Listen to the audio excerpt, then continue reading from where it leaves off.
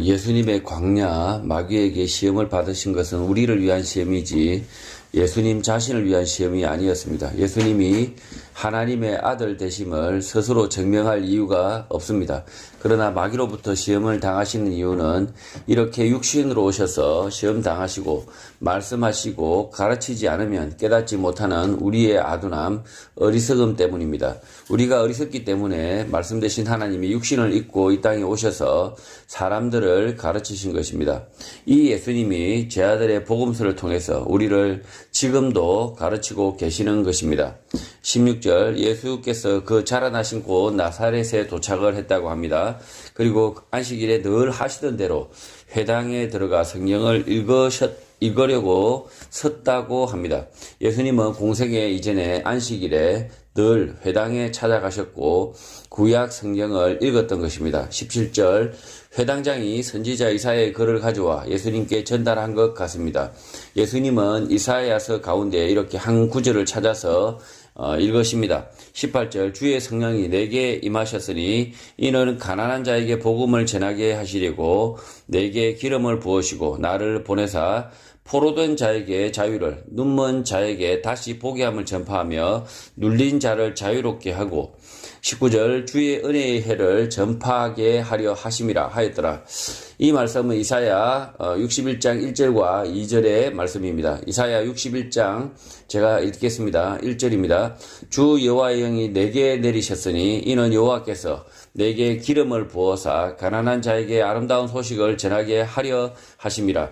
나를 보내사 마음이 상한 자를 고치며 포로된 자에게 자유를 갇힌 자에게 노임을 선포하며 여호와의 은혜의 해와 우리 하나님의 보복의 날을 선포하여 모든 슬픈 자를 위로하되 20절 책을 덮어 그 맡은 자에게 주시고 앉으셨다고 합니다. 회당에서 말씀을 읽을 때는 서서 읽지만 강론을 할 때는 앉는 것입니다. 예수님이 회당에 앉자 회당에 있는 자들이 다 주목하여 보았다라고 누가가 기록합니다. 21절 사람들이 주목하여 보자 예수님께서 그들에게 말씀하기 시작합니다. 예수님의 설교 첫마디는 이 글이 오늘 너희 귀에 응하였느니라 라는 말씀입니다. 이후 설교 말씀은 누가가 생략을 합니다. 누가도 예수님의 말씀을 녹음을 하여 기록한 것이 아니기 때문에 다른 사람들의 전은 구전을 통하여 기록했을 수 있고 모든 말씀을 기록하는 것은 양피를 사용하여 기록하는 당시 기록 문화 속에서는 불가능한 것입니다. 그러나 예수님의 설교의 핵심은 이사야 61장 1, 2절에 예언이 성취되었다. 너희 귀에 응하였다라는 것입니다. 이사야 61장의 말씀은 예수 그리스도에 대한 예언의 말씀입니다. 이 말씀이 성취되었는데 그가 지금 회당에 서 있는 예수, 그 자신이라는 것입니다. 이사야는 예수 그리스도 메시아가 오시게 되면 생겨나는 변화를 예언하고 있습니다. 마음이 상한 자가 고침을 받고 갇힌 자가 놓이고 여호와의 은혜의 해, 그러니까 희년이 선포된다라고 말을 합니다.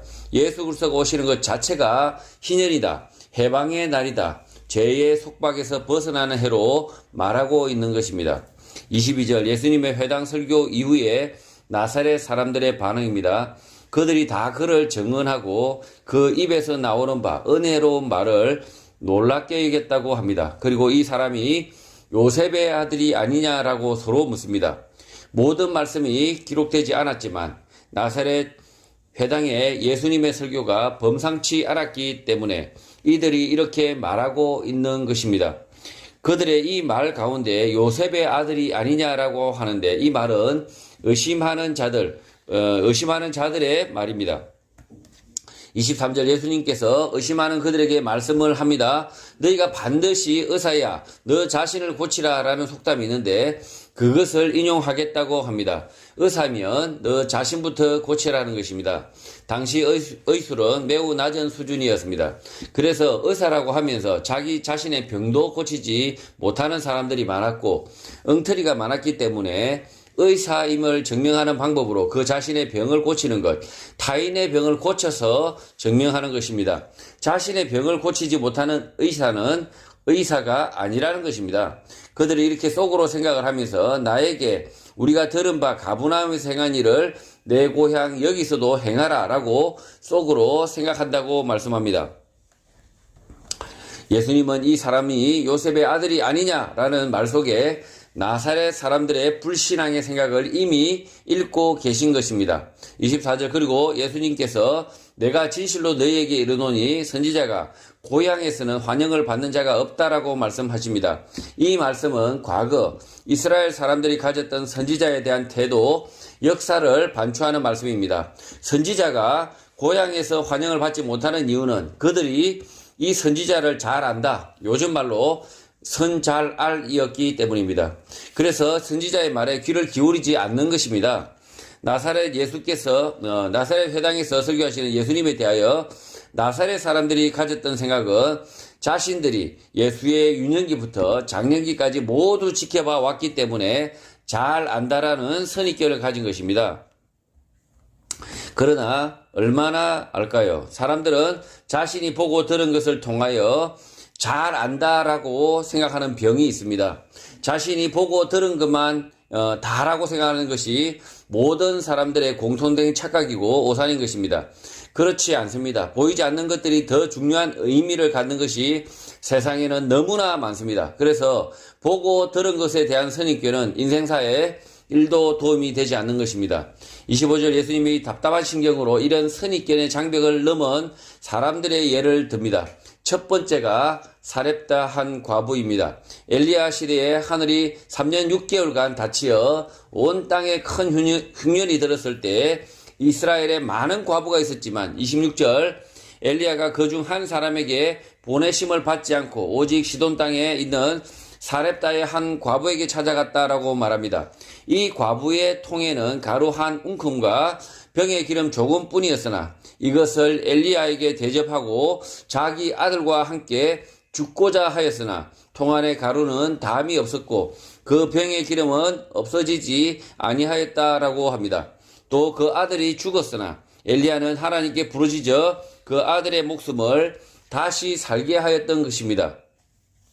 이 과부는 선지자에 대한 아무런 편견이 없이 자신에게 남은 가루와 기름을 엘리야의 요구에 응하여 통에 가루와 기름이 끊임이 없었고 병들어 죽은 아들의 목숨을 돌려받았던 것입니다. 아들이 되살아나자 이제야 당신은 하나님의 사람이다. 당신의 입에 있는 여호와의 말씀이 진실한 줄 알겠다라고 말을 합니다. 27절 또 선지자 엘리사 때에 이스라엘에 많은 나병 환자가 있었으되 그 중에 한 사람도 깨끗함을 얻지 못하고 오직 수리아 사람 나아만 뿐이었다라고 말씀하십니다. 사렙다 과부도 이방인이지만 수리아 사람 나아만도 이방인입니다. 이방인 나아만은 포로로 잡힌 이스라엘 출신 계집종의 말을 듣고 수리아의 군대 장관임에도 불구하고 자신의 나병을 고치기 위하여 사마리아에 있는 엘리사 선지자에게 찾아갑니다. 이렇게 찾아온 나아만에게 엘리사의 처방은 요단강에 가서 7번 몸을 씻으라고 합니다. 나아만은 분노하지만 결국 순종하여 나음을 입습니다. 편견, 선입견을 버리고 믿음으로 나아간 것입니다. 그래서 그가 나아만일 것입니다. 무슨 말인지 알겠죠? 믿음으로 나아가서 이분이 나만이 아닐까. 28절 회당에 있는 자들이 이것을 듣고 다 크게 화가 났다고 합니다. 이방인은 믿음을 선택하여 은혜를 입었지만 나사렛 너희들은 아니다라고 말씀을 하신 것입니다. 29절 그러자 그 일어나 동네 밖으로 쫓아내어 그 동네가 건설된 낭떠러지까지 끌고 가서 밀쳐 떨어뜨리고자 하였다고 합니다. 죽이려고 한 것입니다. 30절 그러나 예수님은 그들 가운데 지나서 가셨다라고 기록하고 있습니다. 아직 하실 일이 많으신 예수님을 붙잡을 수 없었다는 것입니다. 오늘도 나사렛 사람과 같은 사람들이 많습니다. 자신이 성경에 대해서 잘 안다, 교회에 대해서 잘 안다, 예수에 대해서 잘 안다 라고 생각하는 사람들이 많습니다. 그러니까 성잘할, 교잘할, 예잘할 이런 사람들이 많다는 거죠. 그 선입견, 편견, 오만이 말씀을 깨닫지 못하게 만듭니다. 예수님의 말씀대로 선입견, 편견, 오만을 버려야 믿음으로 나아갈 수 있는 것입니다. 나사렛 사람들이 아니라 나만이 되어야 하는 것입니다. 나아가야 된다는 거죠. 믿음으로. 자, 31절 예수님은 나사렛에서 갈릴리의 가브나움 동네로 내려와 안식일에 가르치게 됩니다. 32절 가버나움 사람들이 그 가르치심에 놀라는데 그 이유는 그 말씀에 권위가 있었기 때문이라고 합니다. 누가가 자세히 설명하지 않지만 예수님의 권위는 가버나움 사람들이 구약의 말씀에 대하여 깊이 이해하였고 진리를 깨달았기 때문에 생겨난 것입니다. 33절 사람들이 예수님의 말씀을 통하여 깨닫고 있을 때 회당에 더러운 귀신 들린 사람이 있어 크게 소리를 질렀다고 합니다. 34절 이 나사렛 예수여 우리가 당신과 무슨 상관이 있나이까? 우리를 멸하러 왔나이까? 나는 당신이 누구인 줄 아노니 하나님의 거룩한 자니이다 라고 말합니다. 귀신 들린 사람이 예수 그리스도를 알아본 것입니다. 35절 예수께서 꾸짖어 이르시되 잠잠하고 그 사람에게서 나오라고 하십니다. 그러자 귀신이 그 사람을 무리 중에 넘어뜨리고 나왔고 그 사람은 상하지 아니하였다고 합니다. 귀신 들린 사람이 쓰러졌고 귀신이 떠나간 것입니다. 이 말씀 구절을 인용하며 예수 이름으로 명하면 귀신이 떠나간다 라고 가르치는 사람들이 있습니다. 그래서 주문처럼 예수 그리스도의 이름으로 명하노니 귀신은 떠나가라 라고 주설을 합니다. 떠나가지 않을 수 있습니다. 그 이유는 귀신이 떠나가는 것이 나의 뜻이 아니라 하나님의 뜻이어야 하기 때문입니다. 예수님이 지금 귀신을 꾸짖어 잠잠하게 나오라고 명하시는 이유가 무엇일까요? 귀신을 내쫓아서 자신의 능력을 드러내시려고 이렇게 하는 것일까요? 아닙니다. 앞에 말씀을 보면 가버나움의 사람들은 예수님의 말씀을 권위로 인식할 만큼 말씀의 진리를 깨닫고 있는 중이었습니다. 그래서 이 말씀을 깨닫고 있는 사람들을 위하여 귀신 사람을 잠잠케 해야 할 필요가 있었던 것입니다. 예수님은 나사렛에서는 말씀을 가르쳤으나 오히려 죽이려고 달려들었고 가버나움에서는 예수님의 말씀에 귀를 기울인 것입니다. 그 차이가 귀신 들린 자에게서 귀신이 떠나가게 만든 것입니다. 만약에 나사렛에서 귀신 들린 사람이 있었다면 어떻게 했을까요? 예수님이 그냥 지나치셨을 겁니다. 성경의 말씀을 보면서 예수님의 이름으로 자신이 귀신을 내쫓고 싶다라고 생각하는 사람들이 있습니다. 틀렸습니다. 귀신을 내쫓기 전에 먼저 예수 그리스도의 말씀을 붙잡고 살려고 노력해야 합니다. 그 노력하는 삶 가운데 하나님의 능력이 뒤따르는 것입니다.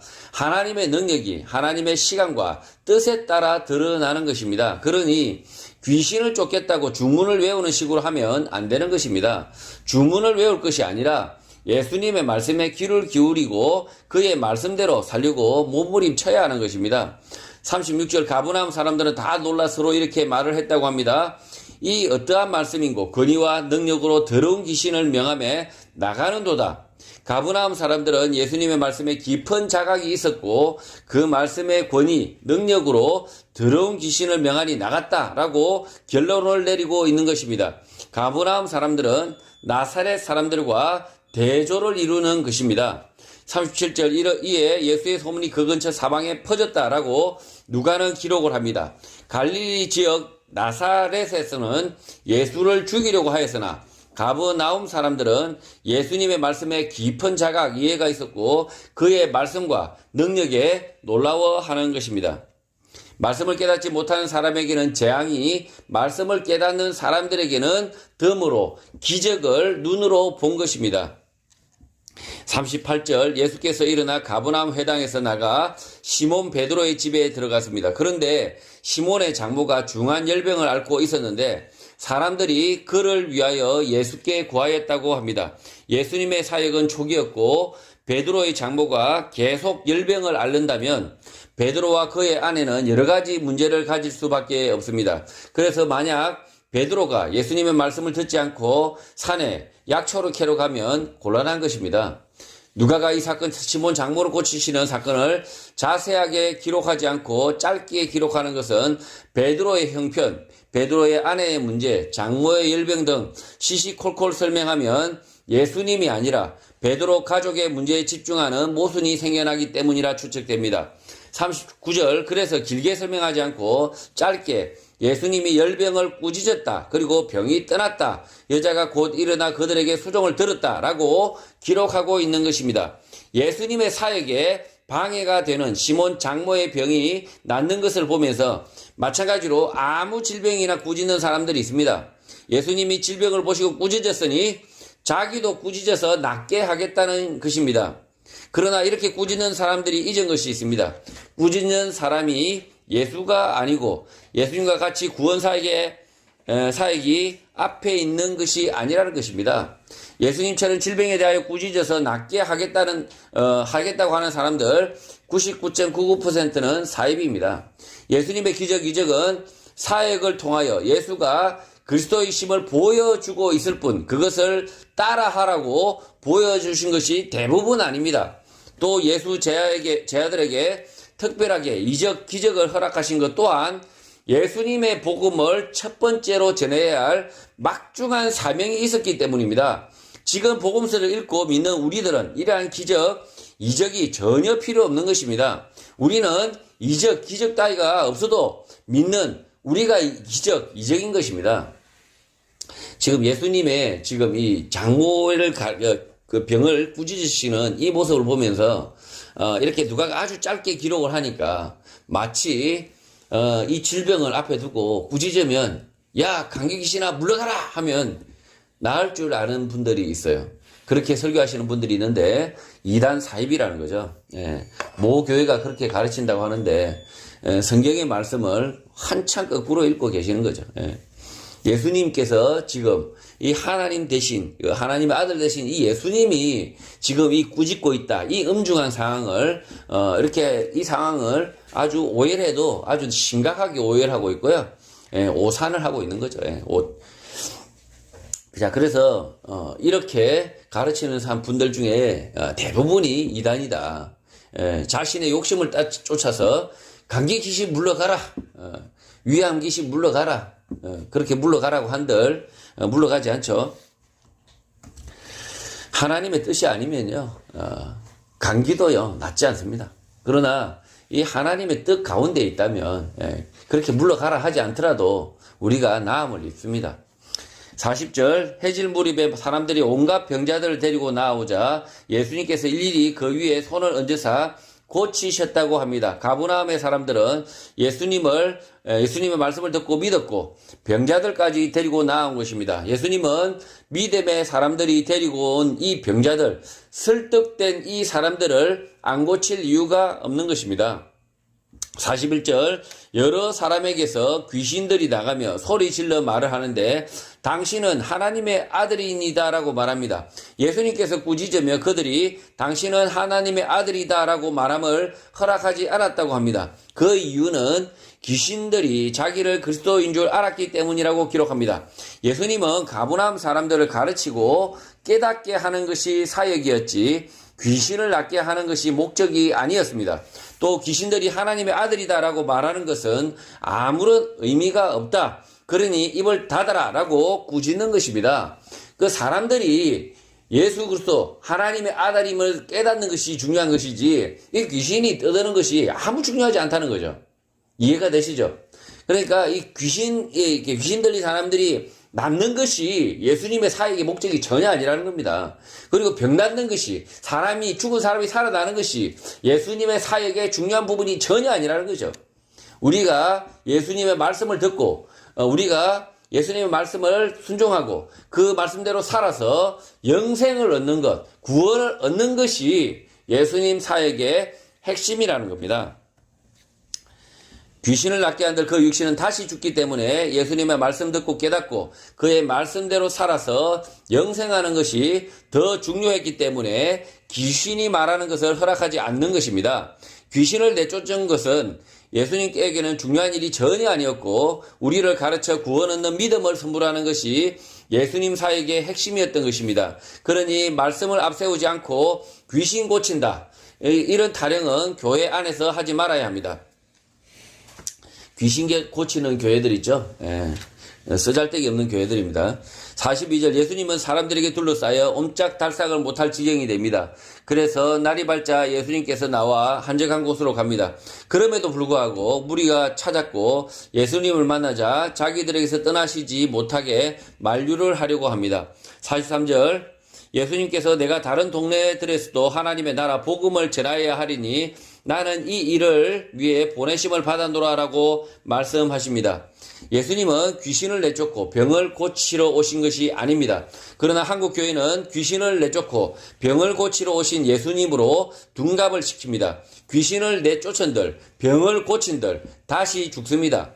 예수님이 오신 이유는 하나님의 나라의 복음을 전하기 위하여 오셨다. 이 일을 위해 보내심을 받았다라고 하는 주님의 음성에 귀를 기울여야 합니다. 예수님 사역의 중심은 말씀이지 기적, 병고침이 전혀 아니라는 것입니다. 예수님의 복음을 기적과 병고침의 복음으로 바꾼 것은 악한 사람들의 탐욕의 사람들, 사이비 이단들이 그렇게 만든 것입니다.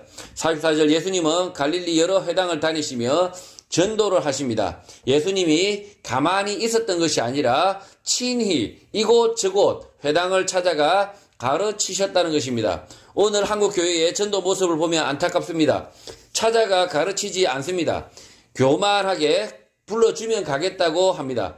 불러서 초청해서 사례 안 주면 가는 법이 없습니다. 틀렸습니다. 복음은 그저 받았으니 그저 나눠 주어야 하고 부르지 않아도 찾아가 복음을 듣고자 하는 사람들에게 가르쳐야 합니다. 듣고자 하지 않으면 다른 곳으로 가면 되는 것입니다. 그러니까 전도자는 사례를 받지 않고 찾아가야 된다는 거죠. 돈을 받고 가서 가르치는 것은 싹군이라는 거죠. 오히려 자신에게 받은 복음을 위해서 그 복음을 들고 사례를 주지 않아도 오히려 자기가 비용을 들여서라도 그곳에 찾아가서 복음을 전하는 것이 전도자의 삶이라는 거죠. 성도 여러분, 예수님은 하나님의 아들이셨지만 하나님 나라의 복음을 위하여 보내심을 받았다라고 우리들에게 가르쳤습니다. 우리들은 아무것도 아닌데 하나님 나라의 복음을 위하여 예수 그리스도를 통하여 보냄을 받은 자들입니다. 아무것도 아닌 우리들이 보냄을 받았다면 기꺼이 우리는 우리가 받은 복음을 전해야 합니다. 성도 여러분, 예수님은 하나님의 아들이셨지만 하나님 나라의 복음을 위하여 보내심을 받았다라고 우리들에게 가르쳤습니다. 우리들은 아무것도 아닌데 하나님 나라의 복음을 위하여 예수 그리스도를 통하여 보냄을 받은 자들입니다. 아무것도 아닌 우리들이 보냄을 받았다면 기꺼이 우리는 우리가 받은 복음을 전해야 합니다. 우리를 통하여 하나님의 나라, 천국 복음이 전해지고 많은 사람들이 구원 얻는 것이 하나님의 뜻인 것입니다. 그래서 우리는 말씀에 대한 순종, 주님의 명령에 대한 순종을 해야 하는 것입니다. 그래서 나와 내 가정이 구원을 얻고 내 이웃도 나로 인하여 구원을 얻는 복된 삶을 사시기를 주님의 이름으로 축복합니다.